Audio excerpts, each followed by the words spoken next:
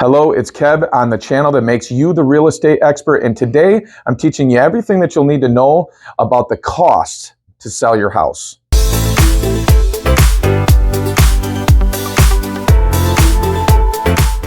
All right, so let's get into it. So the first thing that you need to know is that when it comes to the cost to sell your house, not all costs are created equal. So what I've done is broken it down into three different categories, and that is the optional costs, the closing costs, and the commissions. Now, the first one that we want to talk about is the optional costs. Now, these are costs that you don't necessarily have to make.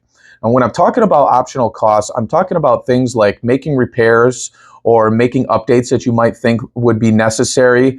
I'm talking about the preparation process, getting your house ready, deep cleaning, these type of things, even potentially home staging, and also maybe even having your home pre-inspected so that you might be able to identify some of the things that will come up on an inspection when a buyer decides to buy your house and have their own inspection. Of course, there's no way to quantify exactly how much this is going to cost because it's going to be different on a case-by-case basis, but it's important to understand before you start that these type of things may come up and may potentially be a cost to you if you're getting ready to sell your house. On to the next one, and that is closing costs. Now, closing costs, simply put, is just the cost of fees and services that it takes to actually consummate a real estate transaction. As I've taught before in other videos, it's important to understand that both the buyer and the seller have closing costs that are independent of one another. And because we're just learning about the seller side of the transaction today, we're just going to talk about the seller's side of the closing costs. In every different area of the country,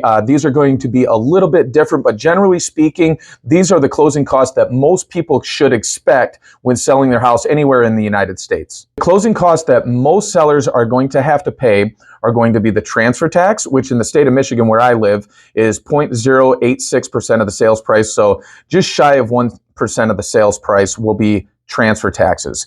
The second one is the settlement cost. Now, again, going to vary from one place to another, but generally speaking, it's going to be a couple $100 for the title company to actually prepare the settlement. The next one is the title insurance policy that the seller purchases on behalf of the buyer to warrant the deed or to be able to convey full ownership over to the buyer in the form of a warranty deed.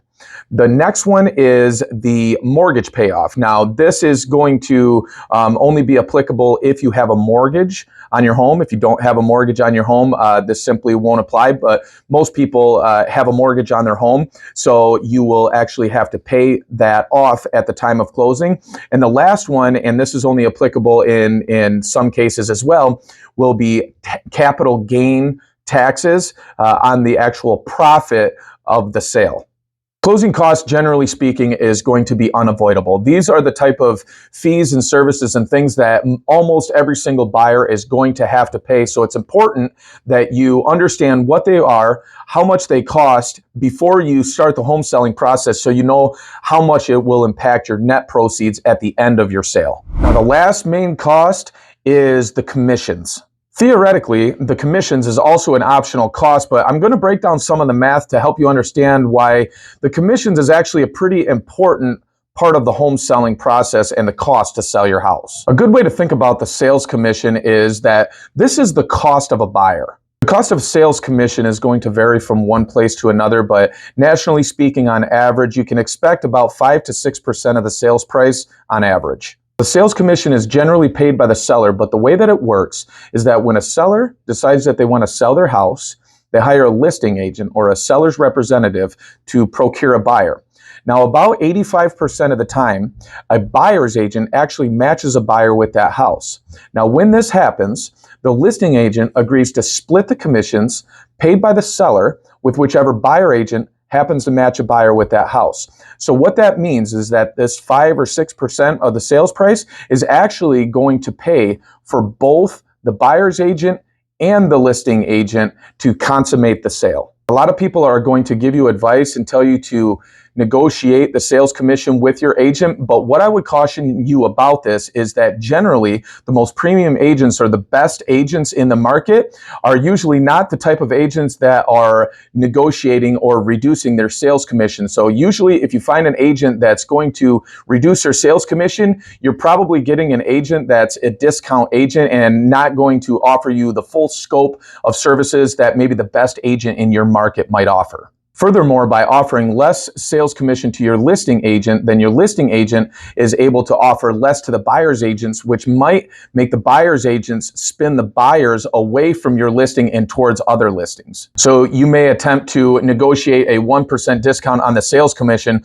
but actually end up losing money in the long run because you're alienating or pushing away some of the buyers that could give you top dollar for your house. Just something to think about if you're considering trying to use this tactic to negotiate this cost down a little bit.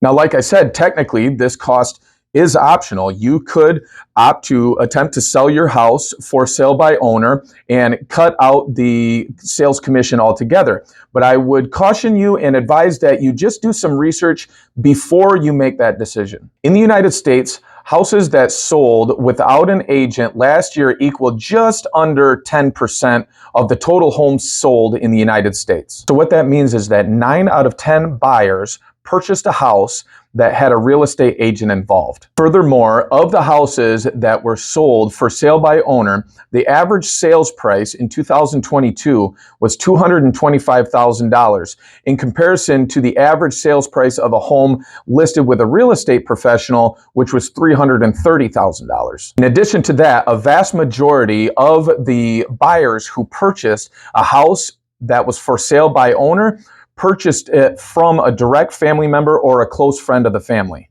These statistics are not me trying to tell you that it's impossible to sell your house for sale by owner, simply helping you understand that it's not as simple as just cutting out the sales commission and you get to save all of this money. Generally speaking and statistically speaking, the sales commission is a high cost, but almost always well worth it. So there you have it. Those are my main costs for selling your house. So my best advice would be call up your favorite real estate professional, go over these things before you start the process so that you can know exactly what you're going to have to expect in terms of how much it's going to cost you to sell your house. If you like these videos, please give it a like and subscribe. And as always, thanks for watching.